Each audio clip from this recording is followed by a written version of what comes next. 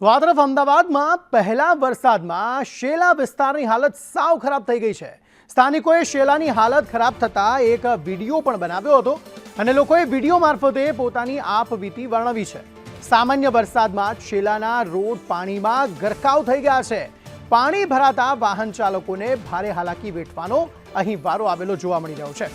શેલા વિસ્તારનો એક વિડીયો જે છે તે પણ વાયરલ થયો છે કે સિઝનના પહેલા વરસાદમાં જ શેલાની હાલત કેવી થઈ ગઈ છે। ખરાબ આ વિસ્તારની હાલત થતાં જે વિડીયો છે તે બનાવવામાં આવ્યો છે અને લોકો કહી રહ્યા છે કે આ પરિસ્થિતિમાંથી તેમને બહાર કાઢવામાં આવે। 24 કલાકથી વધુ સમય અમદાવાદમાં વરસાદ આવે થઈ ચૂક્યો છે, તેમ છતાં પણ હજુ સુધી આ વિસ્તારમાંથી પાણી જે છે તે ઓછા નથી થયા।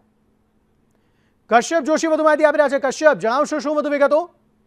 શેલા વિસ્તારનો એક વિડીયો છે તે વાયરલ થયો છે ને જેમાં સ્થાનિકો દ્વારા આ વિડીયો જે બનાવવામાં આવ્યો છે ને એમાં સ્પષ્ટ દર્શાવવામાં આવ્યું છે કે પહેલા જે વિસ્તારમાં શેલા વિસ્તારની હાલત કેટલી કફોડી થઈ જાય છે। મહત્વનું છે કે લોકોને આ હાલાકીમાંથી દરરોજ પસાર થવું પડે તેવી સ્થિતિ જે છે તે નિર્માણ પામી છે। પોષ વિસ્તારમાં શેલાની ગણતરી થાય છે, પરંતુ સુવિધાના નામે અહીં મીંડું જોવા મળી રહ્યું છે।